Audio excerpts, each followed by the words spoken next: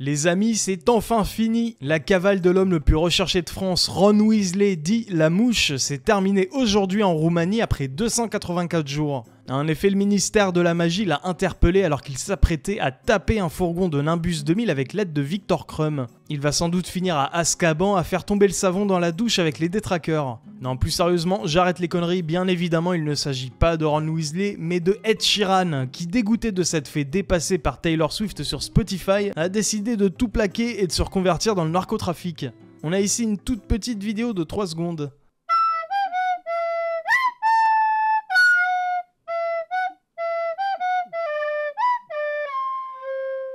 Voilà, donc il fait approximativement 1m25, hein, donc pour le coup, son surnom lui va très bien. Plus sérieusement, pour ceux qui, je ne sais par quel miracle, n'auraient pas entendu parler de l'affaire, c'est un narcotrafiquant français qui avait été libéré par un commando lors de son transfert à la prison. Malheureusement, les voyous ont arrosé les gardes pénitentiaires avec leurs armes et les deux sont morts, sachant qu'ils étaient en plus pères de famille. Donc il y avait eu cette vidéo qui était sortie sur Twitter par un policier qui l'avait leaké. Il n'y a pas de sang et c'est assez pixelisé donc on peut la regarder sans crainte de censure a priori. YouTube, faites pas chier s'il vous plaît. Voilà, donc là il y a le fourgon qui contient Mohamed Amra. La voiture qui vient, qui tape devant pour le bloquer. Le gars sort de la voiture et vous allez voir, il va y avoir un deuxième gars qui va surgir de la gauche. Voilà, donc juste ici. Là le flic ouvre la portière et le mec de gauche l'allume directement. On voit son corps tomber par terre. Là, il y a deux autres gars qui arrivent par derrière. Et le deuxième garde, du coup, qui est encore dedans, il ouvre la portière, là, dans quelques secondes. Voilà, juste là. Et il se fait mitrailler. Il tombe par terre aussi, donc voilà.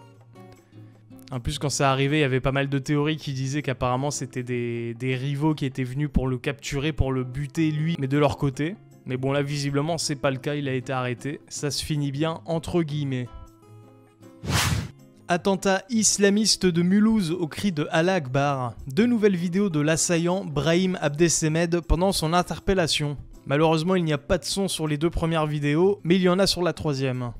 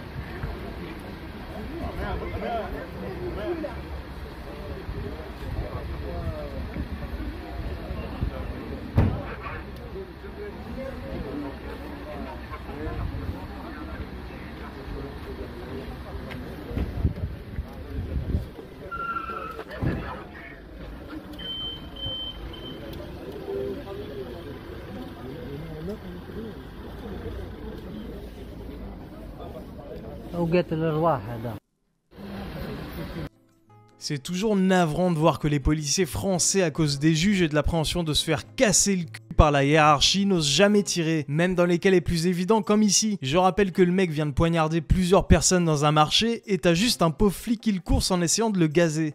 Alors certes, il y a le motard juste derrière qui le tient en joue, bon avec un revolver en plus, mais je peux vous garantir que vous n'allez trouver aucune vidéo de policier américain qui se comporte de la sorte quand en face de lui il y a un mec agressif avec un couteau, qui plus est sachant qu'il vient juste de commettre un crime. Le mec entre nous serait déjà au sol depuis longtemps, complètement troué comme un gruyère. Hey, give me some cars up here, he's got a knife.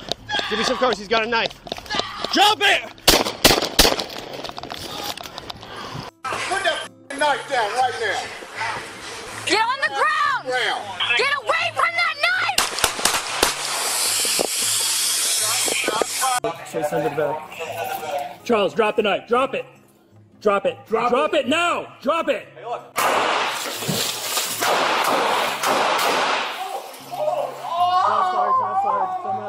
C'est triste à dire, mais honnêtement, dorénavant, on a tellement l'habitude de voir ce genre de scène et d'attaque en France que maintenant, je regarde plus la réaction des policiers qu'autre chose. Comme par exemple la vidéo du flic allemand qui plaque au sol le mauvais gars avant de se faire planter dans la nuque. Ça me rappelle aussi un peu la vidéo de l'arrestation du terreau qui avait planté des bébés dans leur poussette à Annecy. Alors pour ceux qui ne l'auraient pas vu, c'était entre le dramatique et le franchement ridicule. Parce que je vous fais la scène, les flics coursent le mec encore avec son couteau dans la main en lui criant d'arrêter comme des maîtresses d'école primaire pendant plusieurs dizaines de mètres uniquement équipés de taser. Le gars du coup en profite pour poignarder un vieux qui était sur le chemin.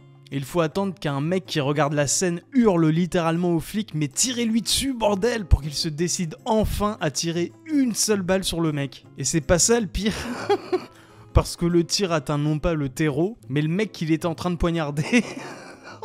Donc finalement un flic le ceinture par derrière, il lui tombe à 10 dessus. Mais rendez-vous compte à quel point les flics sont bridés par les lois et surtout le manque de formation. Parce qu'au final dans cette affaire, le mec a eu le temps de planter des bébés ainsi qu'un vieux qui passait par là. Et les flics ne l'ont même pas touché une seule fois avec leur arme. Par contre ils ont tiré dans la gorge d'un vieux qui passait par là et qui venait de se prendre un coup de couteau. Enfin ridicule quoi. Je rappelle que malheureusement, quand même, on déplore un mort et plusieurs blessés lors de l'attaque à Mulhouse. Nous, on nous a demandé de virer Cyril Hanouna. On l'a fait, on a fait notre boulot. On s'est bien payé le groupe Bolloré. On s'en fout de mettre au chômage 400 potes d'Hanouna. Les révélations de Jules Torres qui rapporte des propos tenus par des membres de l'Arcom durant un dîner. On sait depuis maintenant plusieurs semaines que cette décision de l'Arcom a été politique, a été arbitraire. Et ce que j'ai vu, moi, ce midi, eh bien, c'est la preuve par l'exemple. Je me suis rendu pour déjeuner dans un restaurant pas très loin de notre rédaction. Et l'Arcom, figurez-vous, il y a quelques mois encore, était à côté de notre rédaction. Et donc, certains membres de l'Arcom, ils conservent leurs habitudes. Donc, je me mets à table, je passe la commande. Et je me rends compte au bout de quelques minutes que les personnes qui sont juste sur la table d'à côté, eh bien, sont des membres de l'Arcom. Pourquoi ? Parce qu'évidemment, ils parlent de ce sujet-là. Je comprends très rapidement. Et ensuite, je me le fais confirmer par un serveur de l'établissement qui me dit que ce sont des membres de l'Arcom et qu'ils y ont leurs habitudes. Donc ça, c'est le premier des points. Et ensuite, qu'est-ce que j'entends dans ce déjeuner ? Et il y a 3 verbatim, selon moi, que j'ai notés et qui m'ont heurté, même scandalisé. Le premier, c'est quand j'entends « Nous, on nous a demandé de virer Cyril Hanouna, on l'a fait, on a fait notre boulot. » Donc, c'est la preuve, par l'exemple, qu'il y a bien eu une demande, que c'est une motivation politique, que c'est quelque chose d'arbitraire et que la vraie cible en réalité c'est pas C8, c'est Cyril Hanouna. La deuxième des choses, c'est, on nous l'a dit, C8 appartient au groupe de médias de Vincent Bolloré et finalement c'est lui aussi qui est ciblé par la gauche et par l'Arcom. Et donc il y a ce verbatim au milieu du repas, on s'est bien payé le groupe Bolloré. Fin de citation. Troisième verbatim, et qui est sans doute le plus choquant puisqu'il concerne beaucoup plus de personnes. À la fin du repas, nous avons entendu on s'en fout de mettre au chômage 400 potes de Cyril Hanouna. Soit dit en passant, ce sont des personnes qui vont se retrouver au chômage sur le carreau, mais ce n'est pas bien grave puisque ce sont des amis de Cyril Hanouna et vu que ces gens-là sont en croisade contre Cyril Hanouna, il faut que tous ces amis soient exclus. Voilà, et surtout, les amis, n'oubliez pas ce que je vous ai dit hier concernant la famille Aponte, donc la cousine de Alexis Kohler qui est la femme du patron de MSC, qui a racheté énormément de porcs africains à Bolloré récemment. Donc certes, l'Arcom veut lui faire la peau, mais je pense que les Aponte aussi veulent lui faire la peau, par le biais de l'Arcom. Voilà, sur ce, merci à toutes et à tous d'avoir regardé la vidéo. N'hésitez pas à lâcher un pouce bleu, un commentaire pour le référencement ou à vous abonner si vous le souhaitez. Moi je vous dis prenez soin de vous, surtout à la prochaine. Allez, salut!